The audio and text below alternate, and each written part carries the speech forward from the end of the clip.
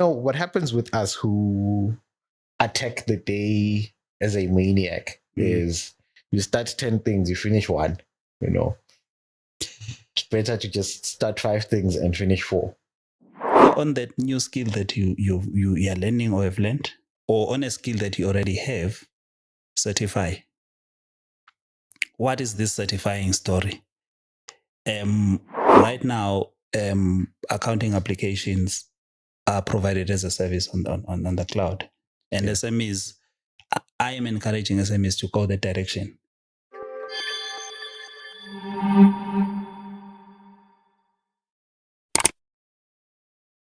It's the first recording of 2024.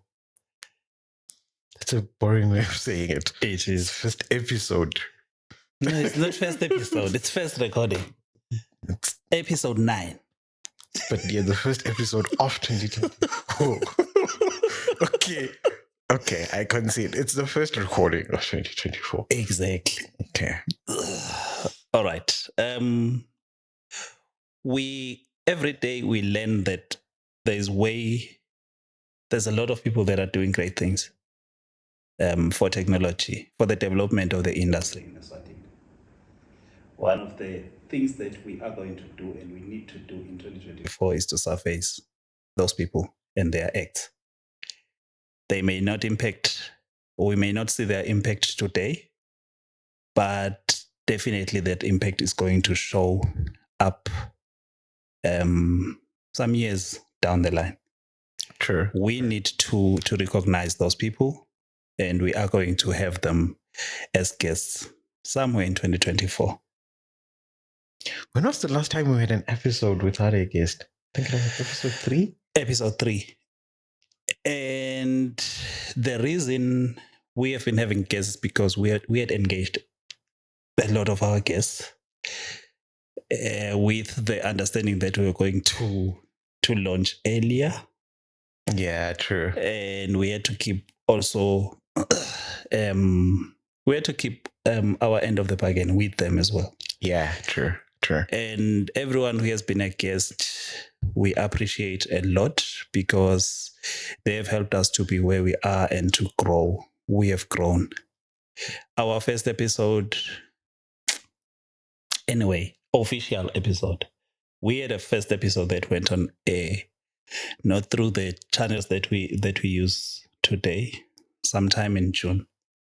And then, but our first episode officially went live on the 5th of September, 2023. And the 5th of September is going to be special every year. Okay. So, one of the things that I did in 2023, I was invited to UNESCO FM. They have a program. That one that you denied us the information. I'm honestly still waiting for Fez to hit me up with the recording and everything. Okay. Yeah, but it was a live conversation. It was a live conversation. Okay. And it was a great conversation. It's one that it was one of the highlights of the year, honestly. So they are friends of the show. They wanted to basically have us talk about that. Sure. And one of the questions that she asked was, how did we start? And my honest response was, first of all, the name Many Things IT was basically a joke. And so it basically went too far to a point where we now had a logo and everything, and that wasn't the name. So it ended up being the name, and it ended up being a driver of many of the things that we have done to the point, because we have had conversations that are meant to grow people, and that was the objective for me, really. But yeah, another key thing to your point that there's an episode from like June. honestly, if things went my way, we would probably have one episode because the perfectionist in me just wants to scratch everything. Don't scratch anything and everything. One good thing about progress is that you are able to trace and also realize the growth that you've made and continue to make. True. And we've spoken. If someone has not taken note of the fact that we've spoken about people who have made a difference in this platform as well as in our lives in general, I'm going to go back again. If you go to the channel on YouTube and listen to the first 2 episodes, they are trash from a sound point of view. Trash. We've received help enlisting services as well as, I'd say, the service of our, to use the improper word, sound guy, Nageket. He is one of the people that I don't shy away from shining the light on, because these conversations cannot be conversations if they are not listenable. And I mean, with minimal investment, he has transformed our ability to actually to produce the content and just have the confidence to actually go on and on and on. We are 8 episodes in. We're recording the 9th one. We wouldn't be here without that assistance. And as much as he is growing, being with us here, I think we are the bigger beneficiaries. True. And also, if you note, the people that we've hosted, they're mainly behind the scenes type of people. They came here because of relationships that we have built over the years with them. But one of the purposes of bringing them in, it is because of the great work that they are doing in industry. And if you're a listener or a viewer and you haven't touched base with the engagements that we've had with our guests, starting from the first one, Linda, right through to where we are. So from Linda to Melusi to Joy. To Lindy. Yeah. We have. Am I leaving anyone out? No. But it would suck to do. It would. We've actually benefited from knowing them. And what we're trying to do as well is to say we have people like this that are doing this kind of work in the industry. And their work is so commendable. We would like to hold down conversations with them. And one of the things that you discover along the way is the fact that they come from very humble backgrounds. True. Which then means anyone can venture into this industry and they can make a contribution and they can grow through it and they can impact positively on other people. And that's the aim of what we are doing here. I'm going to say pause. I know people say pause in messed up situations, but and just take this moment to do something that we haven't done in the year 2024. And welcome our viewers to this episode of Many Things IT. Like, yes, welcome. Thank you for joining us. Yes. So this podcast really in the year, I think as we welcome people, we should also send out an apology. Sylvia, we should have been running this with Sylvia. Unfortunately, she could not make it today. True. It would be nice to have everyone back. Yes. On the couch. We haven't had a conversation together in too long. Yeah. But just looking back at the humble beginnings of this podcast, when the year 2023 started, I challenged myself to create more, like do more artistic things. I'm a very technical person. So when the idea of a Many Things IT, a podcast at the time without a name, which was conceived in 2022. Yeah. As an idea. So when it came in 2023, I jumped on board, and it has been a learning curve. It has been well outside my comfort zone. If I'm being honest, when you pitched the idea, I thought I was going to occupy the behind the scenes, and unfortunately, that wasn't the case. So I thank God that seat was too hot for you. Yeah, and honestly, if I did occupy the behind the scenes, and if it wasn't for the fact that we got Nake, we honestly would be on episode 1. I promise you.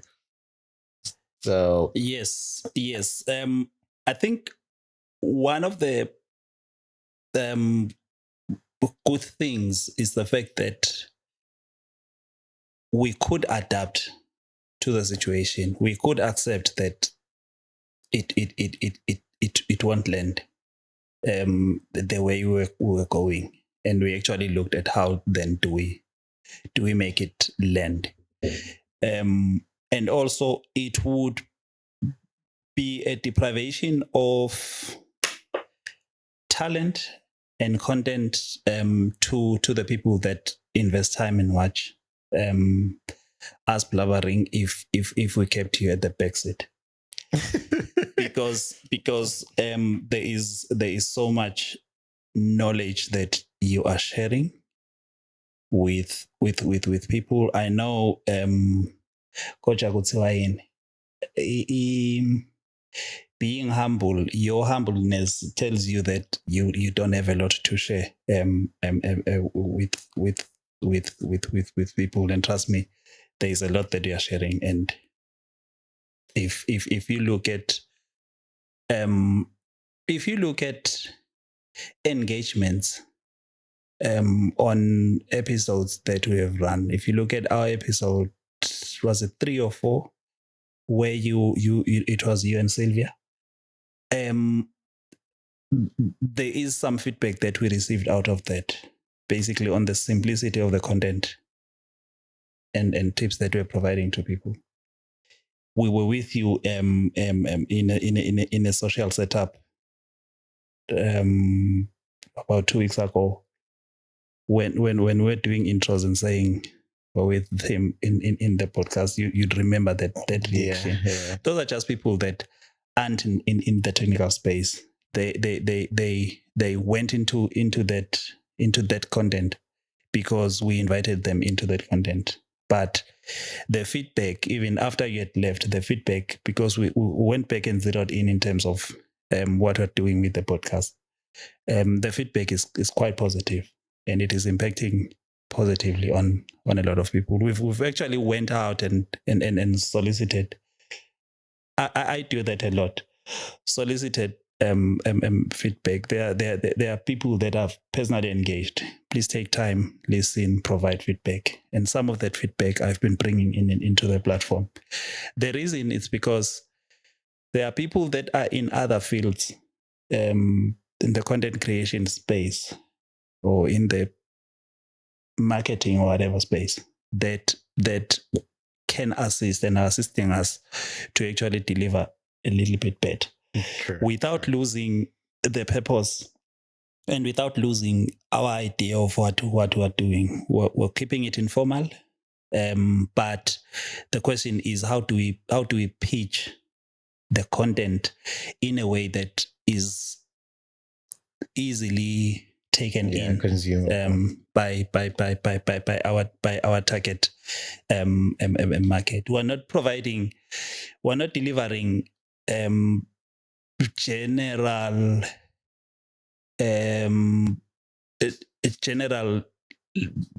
popular content such as entertainment and general news.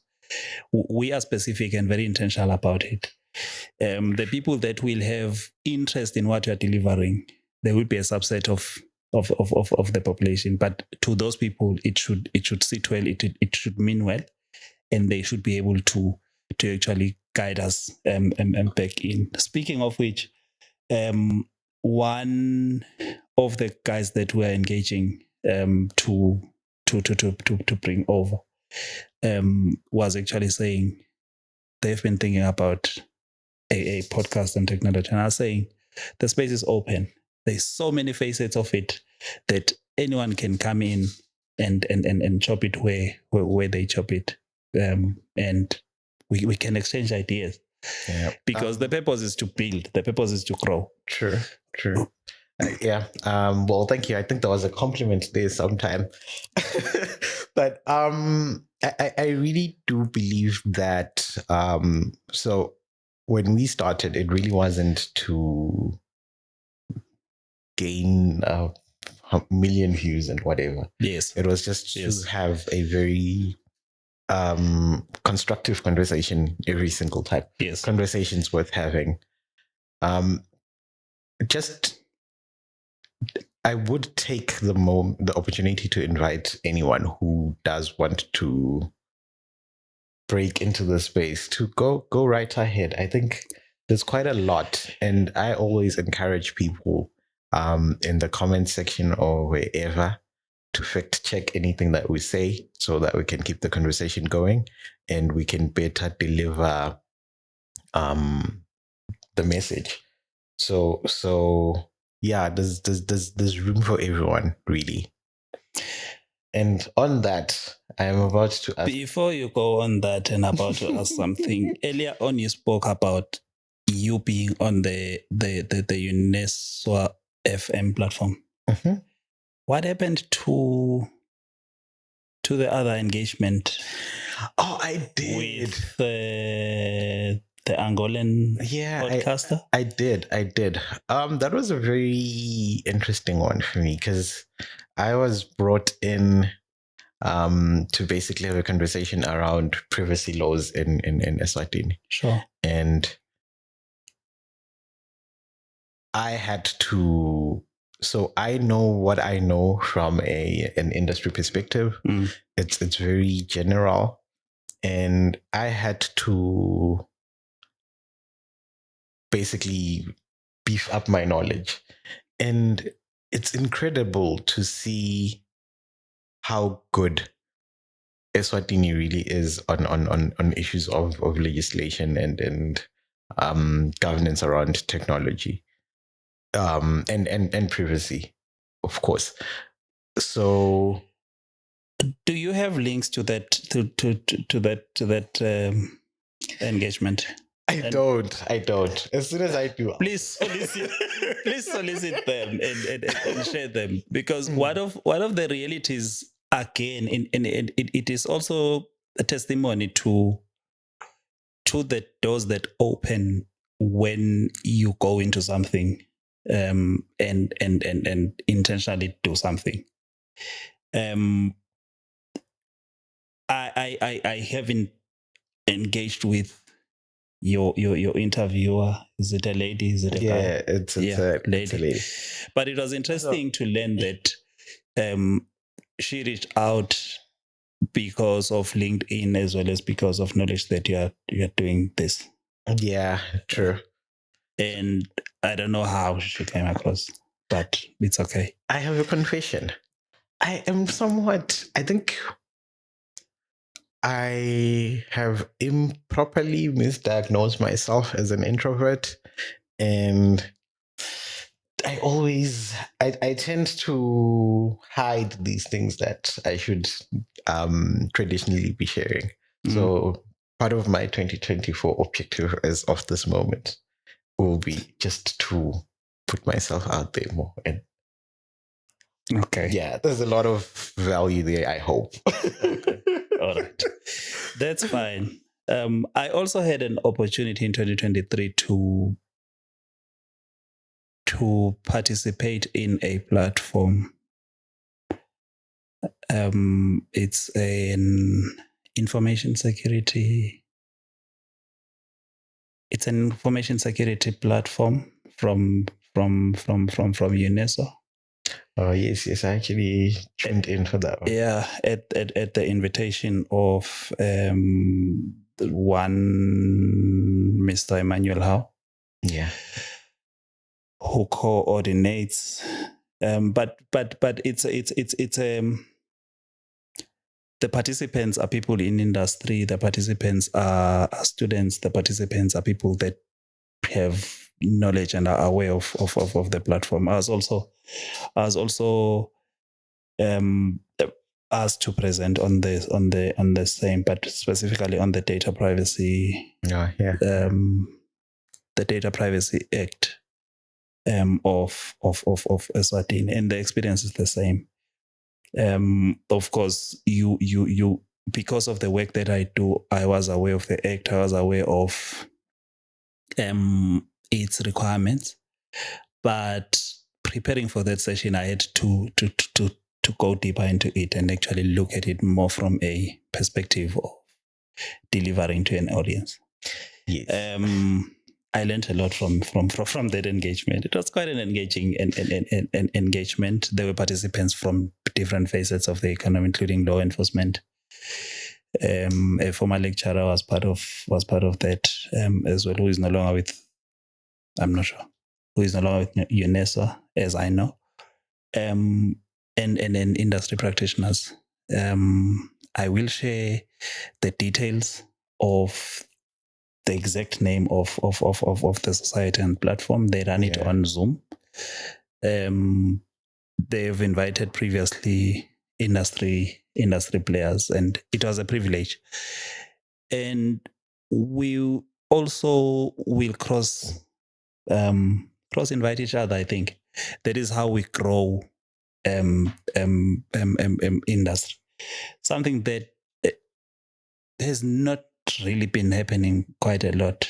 And I think spaces are opening up, and there are opportunities for people to learn. I think that's the most important part. I think for the viewer, what I would encourage is go out and actually listen to these engagements. And if you do get the opportunity to engage, do engage. There is space for your opinion. There is space for your thought. And that continuous exposure to things basically makes you or better positions you to do things, Yes. So the act that we speak of, it's the Data Protection Act of 2022. And I know more of it today than I did in 2022. When I got the document, I actually read through the whole thing. Mm-hmm. And in no time, just from, okay, you've read it, you've put it on the side. Yes. You tend to basically forget its intricacies. But the more continuous you expose yourself to it, you end up knowing. It's like a song. When you hear a song for the first time, you won't remember the words.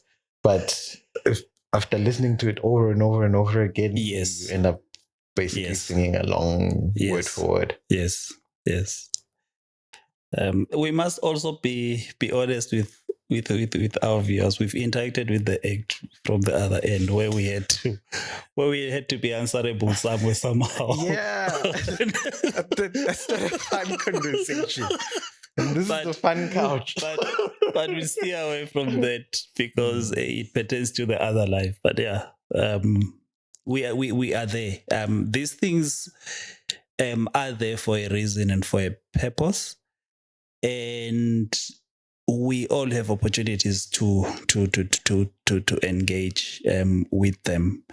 If you get an opportunity to sit in these forums, do sit in, because there's something and a lot that you can pick up out of. Generally, laws are there to protect mainly citizens, but also the citizens have a role to play to shape the laws. To be able to protect them. Of course, kuba nema connotations, lamanye here or there, and opinions and whatever. But there are those spaces and opportunities where you can influence, and I think that's one of the things that I am taking up a little more aggressively in 2024. Okay. You were going somewhere before. I wanted to ask a question. So, I am one person who is key on, well, who is big on just learning and listening, and So, for the benefit of the viewer who is like me, what are 3 things? New year, new me, same old me. What are 3 things every young tech professional should do, or if they're doing already, continue doing in 2024? Nice. There was a story of charging there. Okay.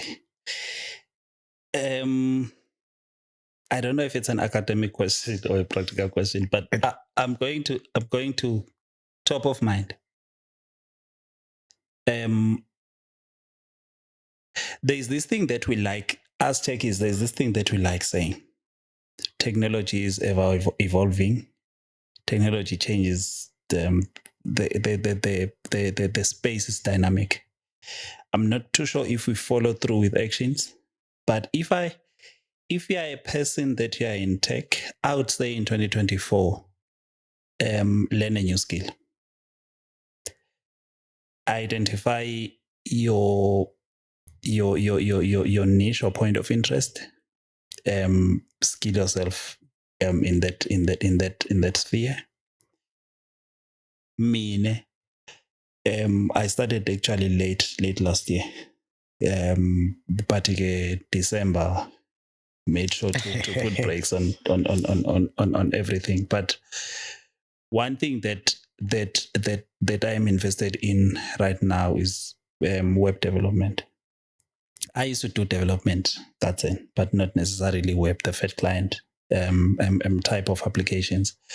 But I know that I am aware, and I engage with web apps, but I've gone back to learn web development. Basically, that's what I'm doing in 2024. So identify and learn a new skill. Secondly, sorry. Yeah. Maybe just to take this moment to encourage our viewers to put on the comments what they'll be learning in 2024. Yes, it would be good. And it also creates a community where I can reach out to people, Of course. And in terms of methods of learning, there are formal and informal methods of learning. Many a times you hear a person saying, I am learning this. Actually, I have a Spali who rides a bike. Okay. He learned. Okay, he bought the bike and then learned on YouTube how to. Before he went. How is that? Wait. Is that possible? Before later on he went to testing and getting a license for it. It is possible. A motorbike. Yeah, a motorbike. Oh, a motorcycle. It is possible. Using those informal platforms. True. Find your how you best are able to learn. Set a program, set a deadline, keep discipline, learn something new, and actually utilize it. But don't learn how to swim from YouTube, guys. Okay, that's as long as it's not swimming. The other day I was watching a video. Actually, some guys standing in a swimming pool and saying, if you want to learn swimming, do these 3 things. First of all, be comfortable in the water. Okay, I'm already comfortable in the water. I can't swim to save my life. And then secondly, he says, breathe in. Okay, I haven't been able to practice that. I haven't been in a swimming pool in 2024. And then the third one, he says, be able to match your head in the water. So I think I can do all of those 3 things. I think I'm on my road to learning swimming. But anyway, it is possible to learn stuff. there is the informal methods where you're actually doing it by yourself. That's the cheaper method. True. If you struggle to learn by yourself, reach out to someone or enroll if you have the resources to be able to enroll. But do something, learn a new skill. The second thing I would say, either on that new skill that you are learning or have learned, or on a skill that you already have, certify. What is this certifying story? There are different structures and bodies that own these certifications. The good thing about certifications is that they are global, recognized globally. If you say you are a CISA, Certified Information Systems Auditor, whether you are in Eswatini or you are in Ireland or you are in China, that certification that says you are certified as a systems auditor, everyone understands what it means. It may be the conversation is in an interview or in an engagement, the conversation is never about whether you can audit systems because you already have the certification. The conversation then says, if you were in our environment, how would you go about doing it? You are not being asked, can you audit systems? Because you already have the certification. And I'm just making an example with CISA. There's so many certifications out there. It depends. Understand yourself. Understand what your strengths are. If you are a technical person and you want to get meshed and submerged in the technical aspect, the hardware elements aspects of it, you may consider doing the certifications that are along those lines. Your CCNAs from a network point of view. Yeah. I don't know if A+ still exists, but I'm sure it's still from a CompTIA point of view, which is looking at the hardware. It probably does. It does. Yeah. Your security pluses, if you have an interest in security, then you can grow into your CISP and the like. If you're looking at from a risk point of view, basically you can consider and you are in the audit space, you can consider your CISA or your series. If you're a risk practitioner, there's so many aspects of this. If you believe that you're in an environment that is looking to adapt or is utilizing services from the cloud, look at certifying in those certifications. There is just so many out there. Look at where you are, look at what your strengths are, and try to get a certification.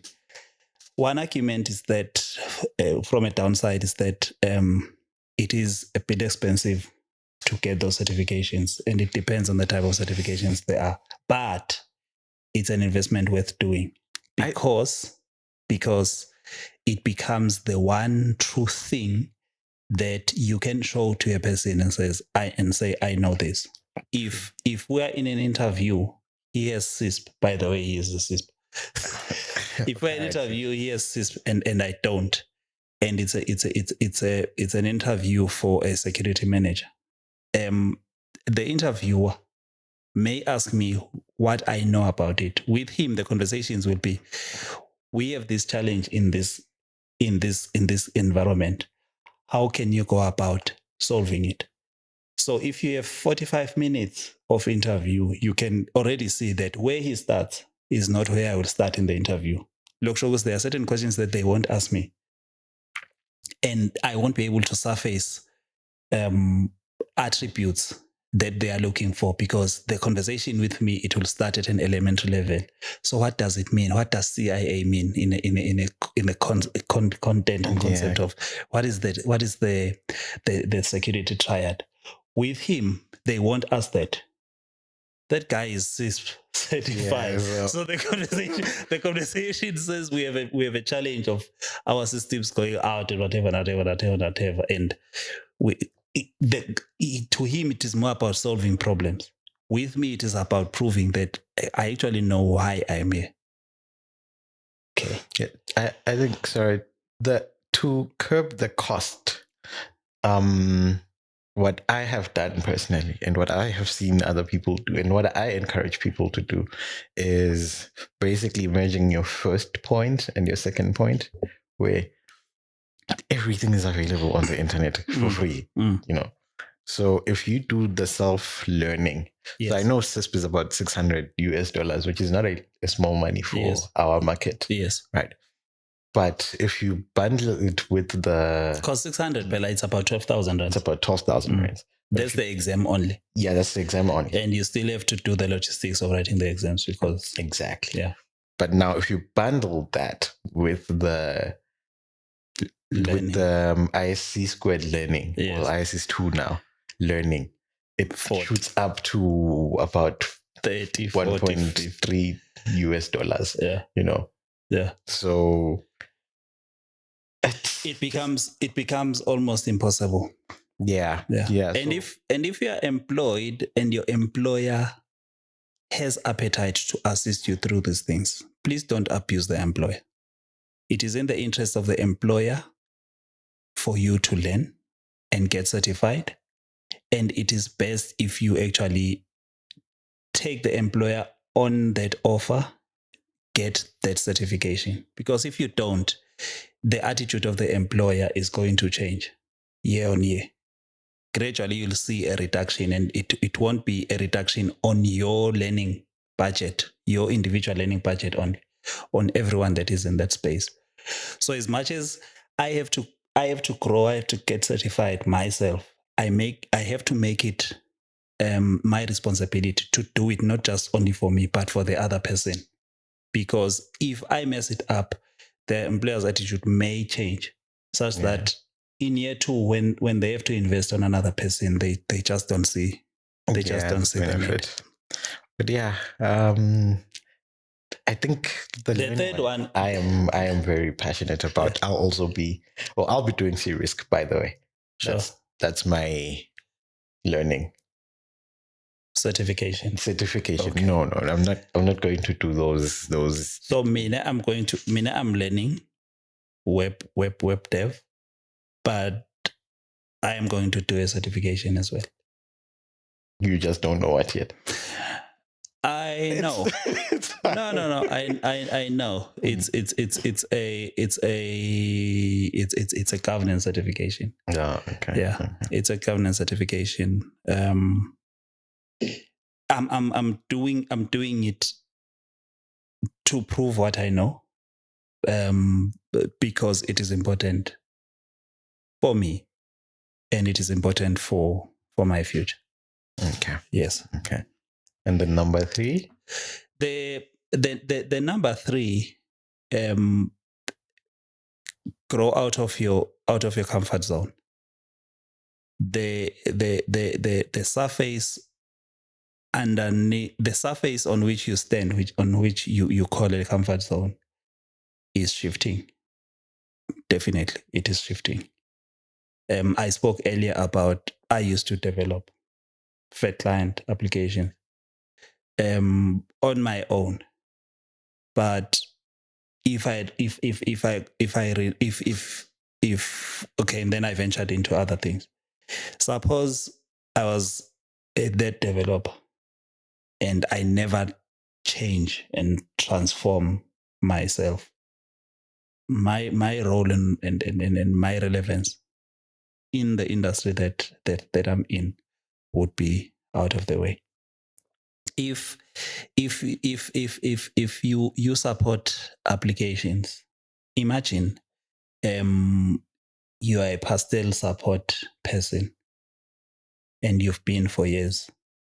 Right now, accounting applications are provided as a service on the cloud. And SMEs, I am encouraging SMEs to go that direction, because getting a pastel accounting software, for example, is quite expensive. And you will hardly have the right support, because people that are certified or were certified as pastel accounting support persons are getting fewer by the day. So don't be comfortable in providing don't be comfortable in a space that you're in. Always look to evolve yourself, because your relevance will only remain if you change and transform yourself and skill set. A person who, for example, is a server administration specialist may have relevance eroded in about 5 years in Eswatini. In other economies, unless you can administer services and servers on the cloud, you have no job. True. I have a fourth one. Okay. Yes, please. Develop something. Okay, not develop. Produce something. Okay. Use your skills to produce something. Okay. Even if it is for fun, even if it is not to give you money or financial benefit, produce something. We are producing a podcast. Yeah. It is not giving us anything but the inner satisfaction, knowing that you are impacting someone or someone somewhere positively. Produce something, impart knowledge, impart skills, coach someone, drop an app. Drop an app. Tell us of the app that you've dropped. Let us look at it. Let us critique it. Let us advise you on how you can improve it. You are going to develop your skill set through producing stuff. Yeah, I think the need to monetize has killed a lot of us at the bottom, in the sense that we rush to, as you are building your app, you are just thinking of, you're just envisioning yourself as a millionaire. Yes. Yes. You are not thinking about, how do I make this the best app in the history of the App Store? You're thinking, I'm going to be a millionaire. And you can't go past disappointments. When you attempt to create money out of it and the money doesn't come, you get so disappointed, you drop a gold that you're holding. It's just that it is not refined yet. Of course. Because you are more focused about selling it than refining it. Yes. Yes. So I really think that's one big one. I will try and adopt myself. And then adopt what? That putting yourself out there, creating and allowing people to consume, because it grows you. It does. It does. It does. One of the something that we may downplay, the pressure to be aware of things that are happening in the technology space. Now that we have a podcast, it's so huge. As a person, every day, subconsciously now you're thinking not of content, but you're thinking of what you're going to deliver from an accuracy point of view. Yeah. As best as possible, you actually then go a little bit deeper than you would if you didn't carry that responsibility. It's one of the things that I carry around now quite a lot. I will say things here that will not be factually correct, and if I learn better, I will live with regrets. Some sort of guilt. Of course, we do place disclaimers here or there and whatever, but the responsibility that I am carrying now that we are producing this type of content is huger than if I was just bubbling in a over a beer. Yeah. Somewhere. Yeah, and that's true. Hey. So One of the things that I was very passionate about in one of our earlier episodes was Starlink actually coming to Eswatini. And it did. I was so excited because I got an email that said We are Starlink coming. is here now. They're like, we're here now. Yeah. And they gave me 1 week, literally 7 days, to pay the difference. So I paid a deposit of about $200. So it was less than $200. Yeah. And then for me to get the equipment and get set up and everything, I think I needed about 14,000 in Malangeni. And I needed to pay it in 7 days. It's like, that's not possible. But they are here now. The guys that have gotten it, clearly they have money.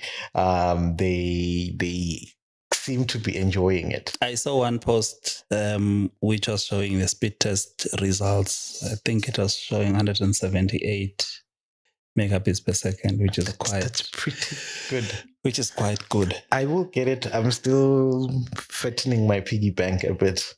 Don't put yourself under pressure, though. If it doesn't make financial sense today, no. I've never be afraid to wait. No, I've decided I'm going to wait. What is their relationship with SwaziSat? I have no idea. Have they established a relationship? I'm still to validate this. I saw the SwaziSat, should I say advert? Talking Starlink is here, conductors to be set up and everything. Oh, it could be they need a local sort of authorized dealer, maybe. Yeah, but let's validate so that you don't put guilt off. Yeah, I was actually asking myself. You remember when we actually learned that there were 21 licensed ISPs in Swaziland. Yes. SwaziSat is one. Starlink is one. I was of the impression that Starlink was going to create something separate, but let's validate. No, but SwaziSat is a very old company. It is. Yeah. It is, and I think in the niche that they are in, they are actually doing well. But we'll validate the relationship. I do see that there is from what I saw, and it was specifically on Facebook. It was a paid advert on Facebook. Okay. Which was advertising that. But be that as it may, one of the things that I'm seeing from an uptake point of view, Starlink's value proposition is good, but it seems there will be that little barrier on the initial setup cost. Yeah, worth 15,000 or is it 12? I don't know, but whatever it is, it's a lot. And then also on a monthly basis, it is a little bit higher than the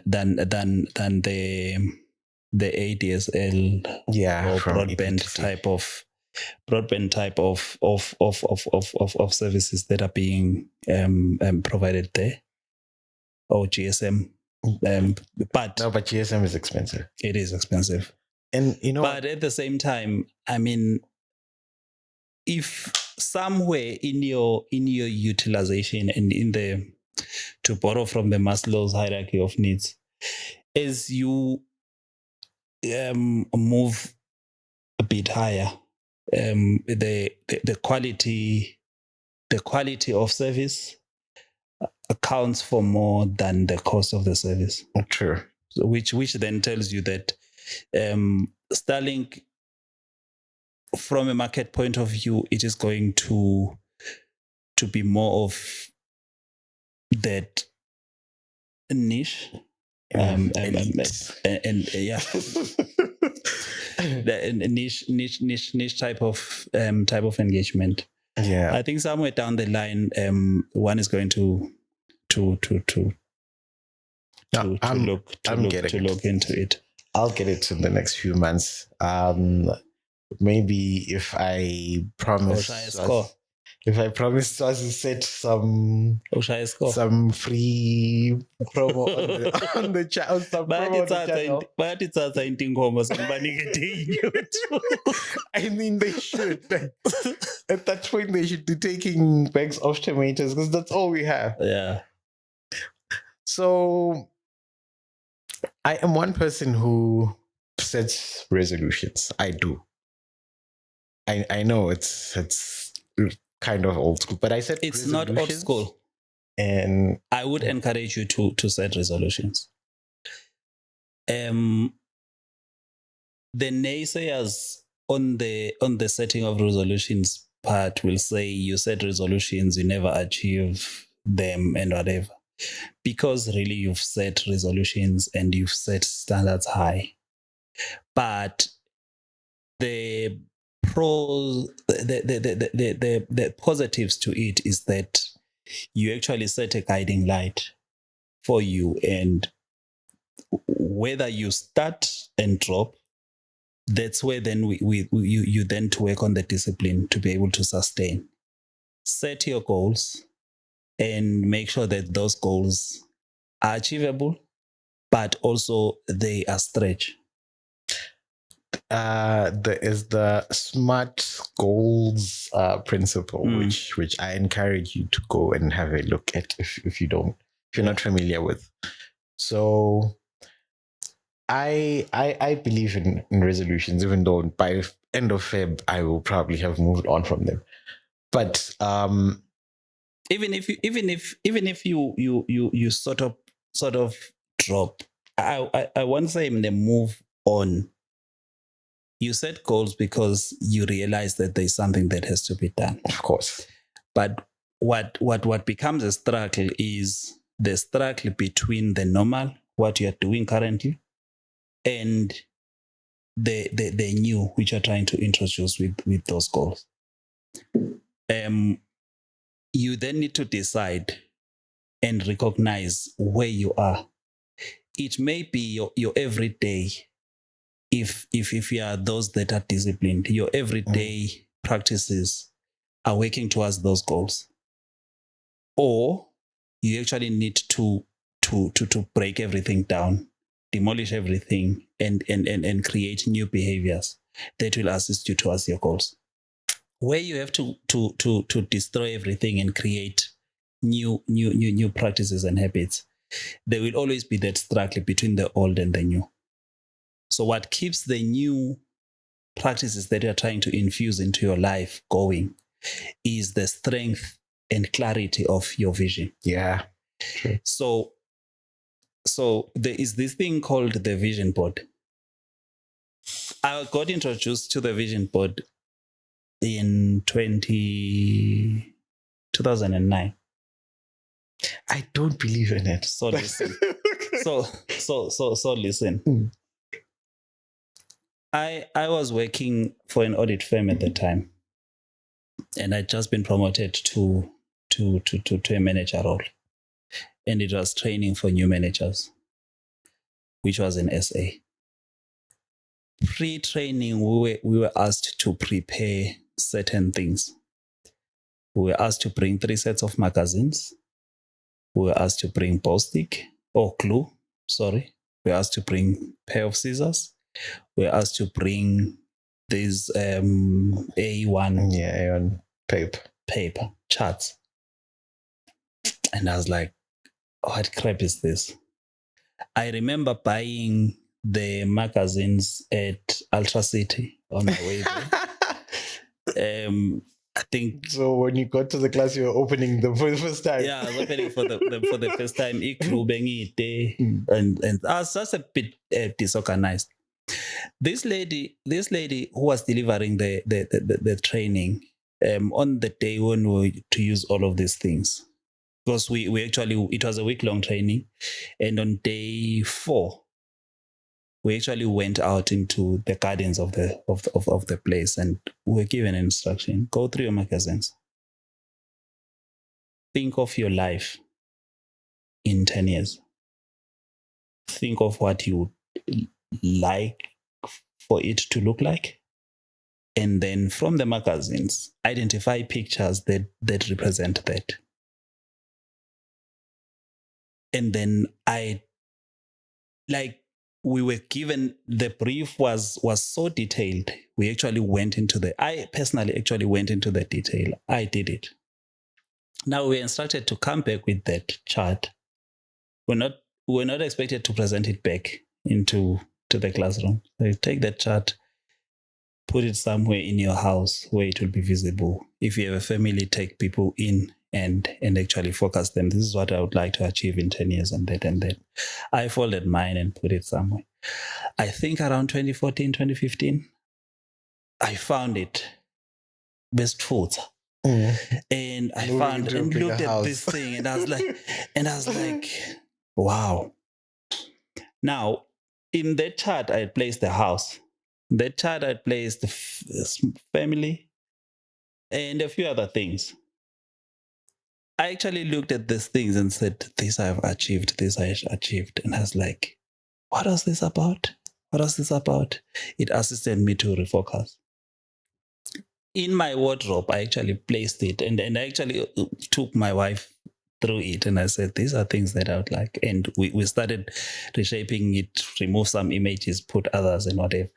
In my wardrobe, it went in the back because somehow I was a little bit embarrassed of having something out there. Like that. But I will tell you something. In 2021, I took my extended family, but extended like in terms of I only have one brother now. We used to be 4 siblings. The others have passed on. Took my brother, his children, my nephews and nieces from my late brother, late sister, my mom. Actually, with my wife, we actually went out for the weekend. One of the things that I did was to present that to the whole family and actually assisted them. I actually did the same. I brought them Lama charts, brought them magazines and said, do this, do this, do this, do this.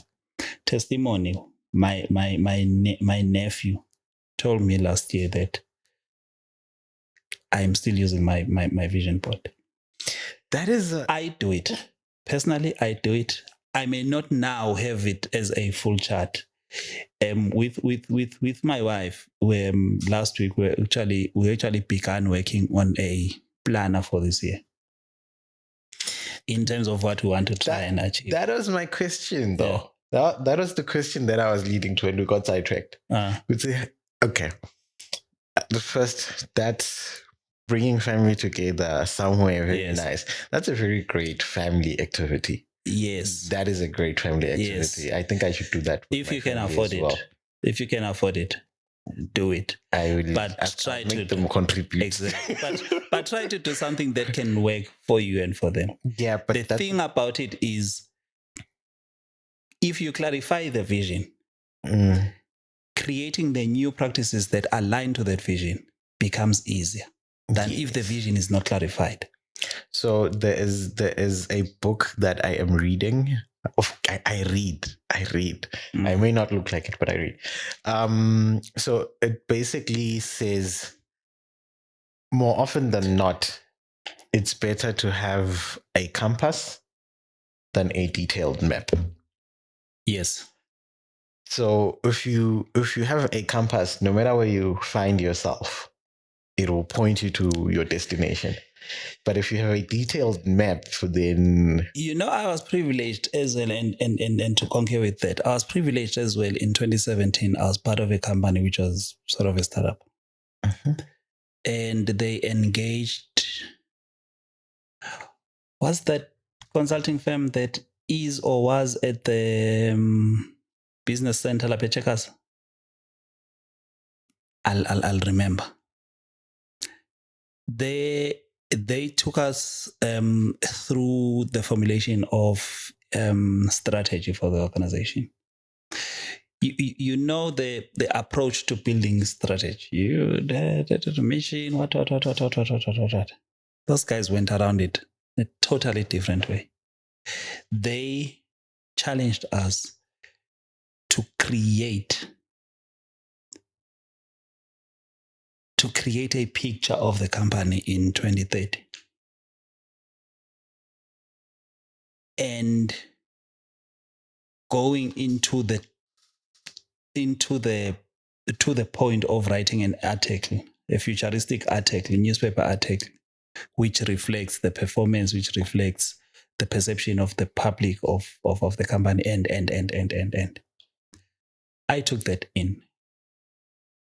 It sounds very insightful. So in 2021, the session that I did with family, even though we did not get to that level, I am using that in my own personal space to define the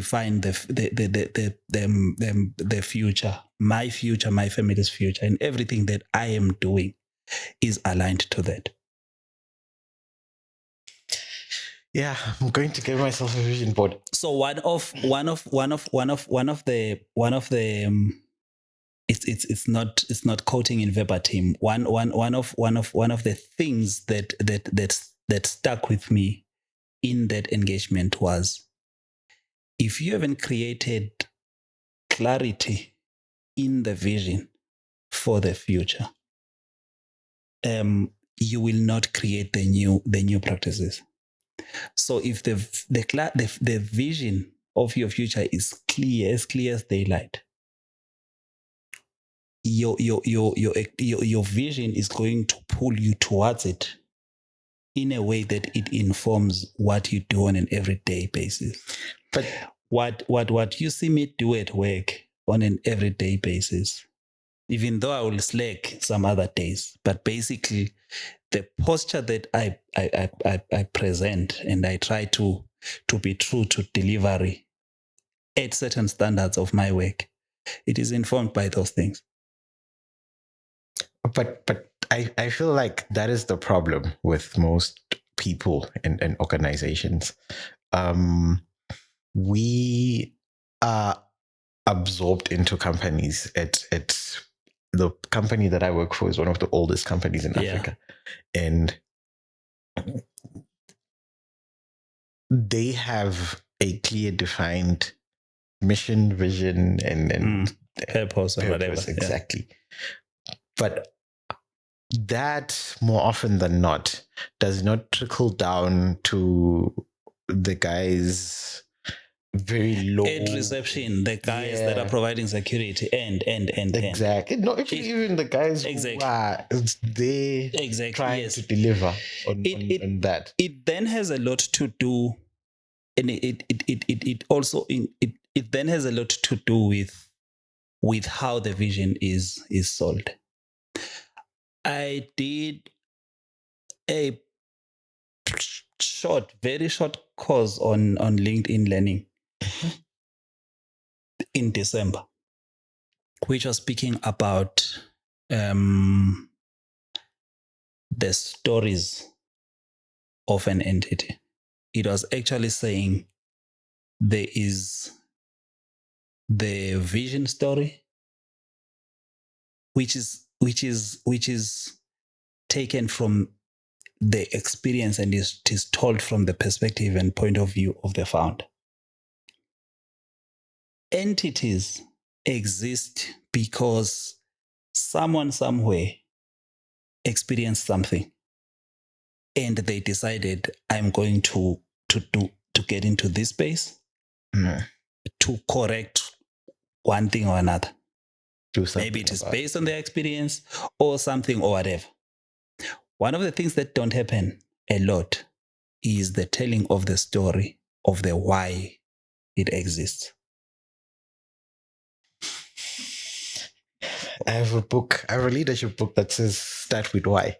That's a story for another day. We'll need to start a book club. Yes, yes. And it could be something that is good. I know that there was a book club.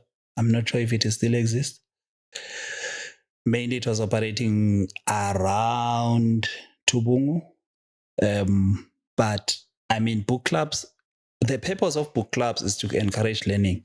Secondly, it is to recognize the fact that not everyone can buy every book that exists in the world.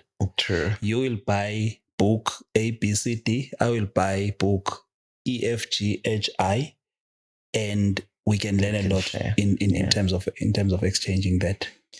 So maybe back to the conversation. I will ask my question. I feel like it will be the last question. I'm not sure how we're doing on time. We're doing bad, I'm sure.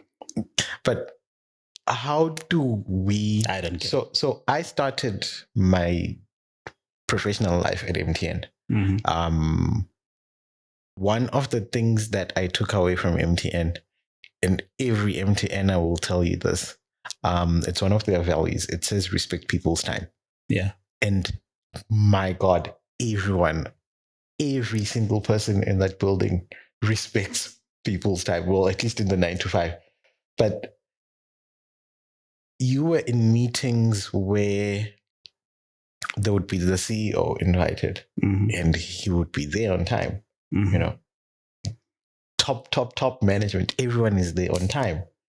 And because of that, because of me seeing it every day, it then moves from being a sort of company value to being a personal value, where to a great extent, even right now, I am very iffy about time, especially not keeping it. Mm-hmm.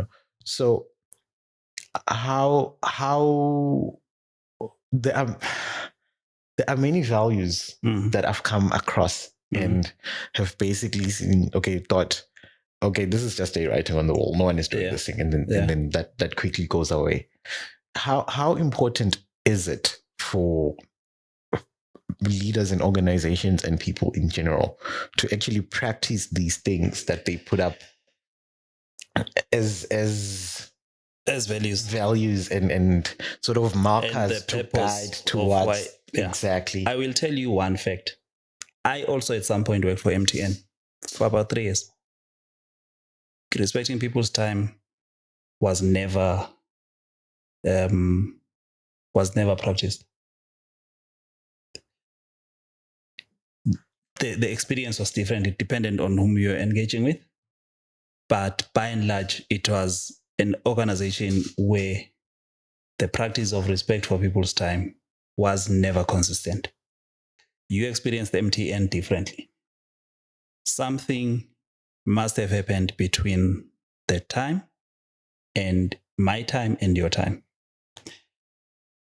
It becomes important for organizations to be intentional to recognize the divide or the gap between what it puts as values and what the organization's many bodies practice as values. It is important for each individual to identify, define, and practice their own values. Many a times, you work better in an organization where your values align with the organization's values. Most of the time, it creates that synergy, but only and only if the organization practices its values. So there is an intervention. Once you identify that there is a gap between what the organization envisages and what its people are practicing, then there's something that you need to do in between. That is where this concept of culture comes in. So what MTN did and attempted to do, and I was fortunate to be part of that journey in its early stages, and then it was at a time where I then left. MTN invested a lot in changing that culture from a group point of view, cascading down to countries. It then becomes important as well. If you speak of vision of the organization and its mission, basically that is what defines its strategy or strategic intents. For those things to then be infused and inculcated downwards. There will be pain in the process because there is change. And change is not easy. Change is not nice because it is very easy not to turn up on time in a meeting. It is very easy. You just sit a minute low, 5 minutes low, and then you show up because you know the meeting hasn't started anyway. So an 11 a.m. meeting will start at 10 past 11. And if that is the culture that exists within that environment, guess what? Everyone will turn up at 10 past. And that's because my point. They turn up at 10 past, they know that between 10 past and 12 past, it will be those intros.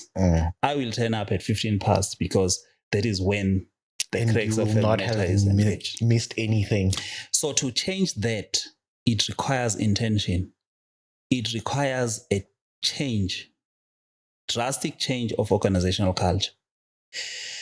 So, and then as well, Elon Musk is quoted as saying, okay, there is a story that says Elon Musk wrote a letter to his executives and said, avoid meetings. If there must be a meeting, avoid large meetings and avoid meetings that extend longer than unnecessary, to a point that they even set up a time. Our meetings will not go beyond 1 hour. That structure creates an environment that says we are going to have focused engagements. I remember the audit firm that I was talking about, KPMG. My method of work at some point, it was to have 15-minute meetings with clients, with my team, and they were very, very focused. If I have to do that every day, I would do that every day. But nothing beyond 15 minutes. Nothing beyond, if it is my meeting, nothing beyond that. But the thing is, it starts at 11, we start at 11, whether it is one person that is in the room or it is 5 people in the room. We are starting at 11 and we will not then, it is 15 minutes past and 3 people have joined, recap. This is what we discussed about.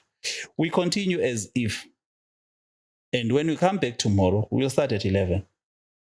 Whether you are there or you are not there, you are building a culture, and it becomes important to be intentional about it. It then means those earlier steps, 2013 or thereabout, did something great for MTN. Yeah. Because when you experienced MTN, was it when? 2018? 2018. In 2018, those changes had already been developed into practices. There was a culture at that time at MTN where you had to when you send an email, you then had to leave your desk and go to a person and say, hey, Chief, I've sent you an email. It is about 1, 2, 3, 4, 5. If you wanted your stuff to be done. Otherwise, those emails would be submerged. The mistakes that organizations then do and business people do in their small enterprises. By the way, one of my goals for 2024 is to commercialize my business. Yeah, it's to commercialize my carpentry and upholstery. Oh yeah, formalize it. The mistakes that people in leadership do, they define it. This is what we want to live it, and what you are defining a vision, it is not there. One of the outcomes from the strategy session I was talking about. One of the learnings and outcomes was the power of affirmations, the power of bringing your vision alive. You live in your vision in the present. You don't wait for 2030 to then say, are we now the best organization that we are, that we set out to be? You actually, from day one, live through affirmations in the future. You become the best organization today. And everything you do. Yeah, you're like, yes. Is this what we are going to do as the best business, And if not, you change it. So these affirmations then change. These affirmations and living in your future change your practices. Yeah. Your day-to-day practices. You no longer need to say to people, you arrived late at work. You didn't deliver to the right quality. You didn't deliver your work. Because we are this type of organization. Okay. You know what I realized, or yeah, the organizations that have sort of values and all of these nice things and don't live up to them, it ends up being some sort of punishment to the people in the organization who actually live by what the company says it lives by. If we have a value that says don't steal, you know, literally the guy who doesn't steal is the only one who's going to be poor in the company, because everyone will be enriching themselves. That's just a Ambrose Lamini the late used to use a quote that says culture will eat strategy for breakfast. True. You can define the best strategy if you then don't evaluate the gap in terms of culture between where you want to be and the kind of culture that it requires and where you are, and then intentionally do something about it, you won't get into that. It will remain a pipe dream. True. So, hence, if coming to the conversation of 2024 goals, you can set the best goals, but if you haven't clarified what you are going to achieve or what you're working towards, you will go to gym. One of the common goals. That is my goal. One of the two common goals is gym and stopping drinking. Saving. Oh yeah, the third one is saving. Yeah. And unless you have defined what you want to achieve out of that, by week 3 of January, you would have dropped all of that. You will use your gym money and your savings money to buy alcohol. Yes. So always your money is going to attend gym on your behalf.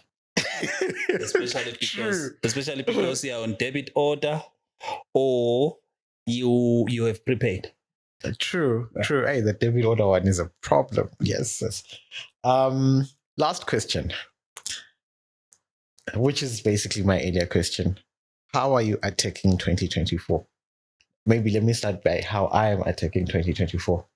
So what I'm going to do is I'm going to have my work in 30 minutes and an hour cycle, depending on the intensity and requirement. So if it's small intensity and probably have a lot of time to do it, I work 25 minutes and I take 5 minutes break. If it's high intensity and a very huge requirement, work for 15 minutes and take a 10-minute break. That's my approach to work. Personally, I'm going to go to the gym. And then the other thing, work related as well, I am going to basically set up a lot of focus time. I've seen a lot of people set up focus times. Like one of our team members does set up focus times, and every time I call her, she's busy. Calendar. Yeah, I'm sorry. Like, yeah, that's the focus time. Yeah. And it seems to work. You know what happens with us who attack the day as a maniac is you start 10 things, you finish one. You know, it's better to just start 5 things and finish 4. So that's how I am attacking my 2024. How are you attacking your 2024? I think in that also part of attacking your 2024, I would advise you to also manage your manager. Because if there is no alignment and now you attack 2024 and him or his or his attacking of 2024, it's different. Then you're going to have a problem. One of the I've changed organizations a lot. I think over time, where the thing I've seen giving me value is I sort of invest time in understanding the environment I work in as best as I can within the shortest possible time, so that I am able to then prioritize where I invest X amount of time in terms of percentages and that.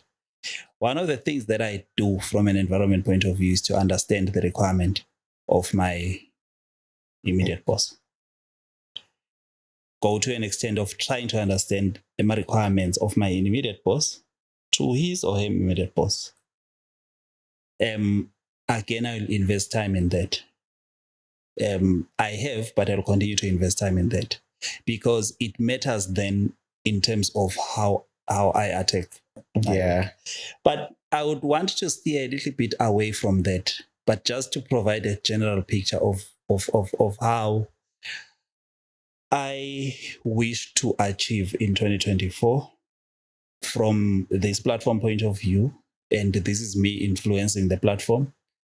We are going to bring in people, a lot of people, people that are doing a lot to develop industry, and creating this platform has actually allowed me to look at what is happening in the industry in a more detailed manner, because you want to actually create a platform that provides content that matters to people. True. It is not just about, if you look at the episodes where we had guests, it was a lot about where do you come from, how do you develop to where you are. But I think one of the things that I would like for us to look at is with this that you are doing, how are you doing it and why are you doing it? And how are you looking at people participating in what you're doing? So I would like for us to do that. That is from this platform's point of view. So may I just come in there? Yeah. So the in the conversations that we've had so far have also been to as a leeway into those conversations. So for teachers, they have been very useful, pertinent, important conversations. That's why we are going into the future at certain specific times, and we've created that door open both for ourselves to go back to our previous guests, and also the guests to actually say, I'm ready to come back again. We are going to create, because what we're trying to do is to create friends and relationships that last. We are going to get those people to come back in. There is a lot that we will get and can get from a data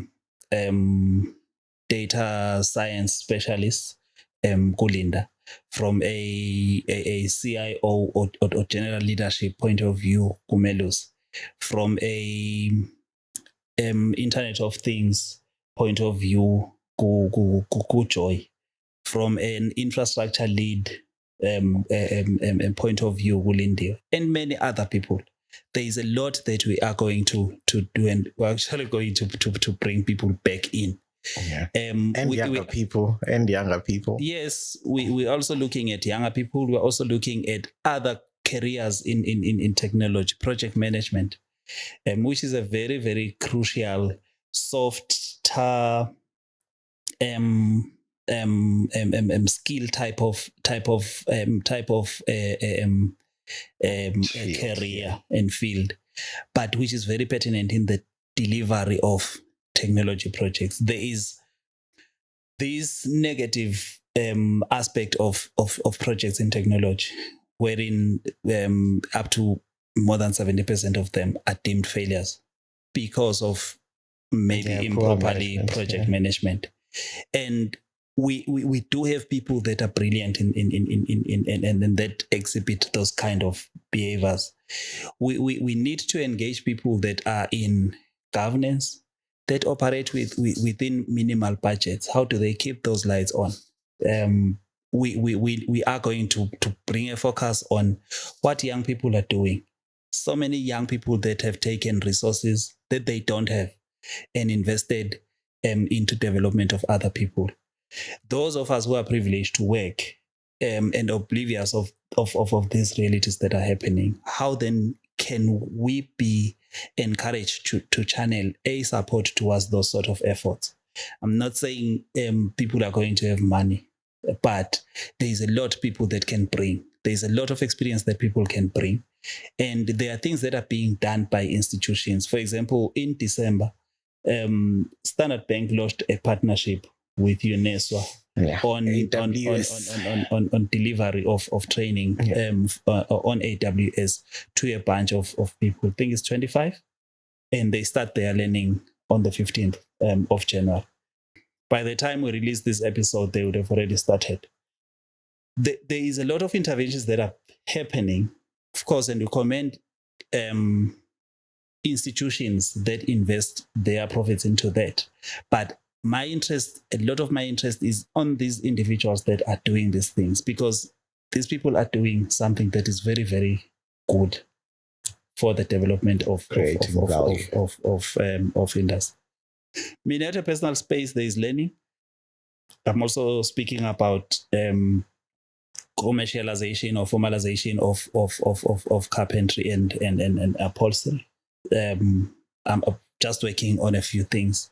I think from second quarter of the year, we will have a site. The purpose is nothing but to actually close in on a space that we see, and then also to then utilize technology as best as possible to transform. And I'll try a lot of these things that I'm learning from the people that are hosting here and bring it into the picture. Hopefully it is going to survive. Okay. Yeah. Parting shots. It's 2024. It gives us another finite period that, of course, life is continuous. Life is as you can live, as long as you can live, or blessed to live. But 2024 gives us a finite period, which is 12 months, which is 52 weeks, which is 366 days. It's a leap year. We can actually create a plan for 2024 for 366 days and try to do something positive and useful. Money is not everything. Of course, there's a lot you can achieve with money, but you don't have to wait until you have money to do things. Speaking of that, when I started working, I told myself nothing nemali ngidawakha indlu lilawo ekhaya, and I never did until someone who used to stay at home and beka sponsorishwa ngema fees akhe went back to his home ufika wavusa umuntu wakubo asebenza in a pharmacy ahola 800, where it ring a bell game. It's one Christmas athi hey mjani bofika lapha ngihlabe inkulumo ngifika la, there is electricity, gune freezer, emabeer asefrijini, and I'm like, this guy with 800 rands, all of this, it changed my mind. You can learn from everyone. You can learn from everyone. You don't have to wait until you have everything aligned to do something. With what you have, with the skill that you have, in the space that you are in, you can create value and go from there. Start where you are, use what you have. Exactly. Okay.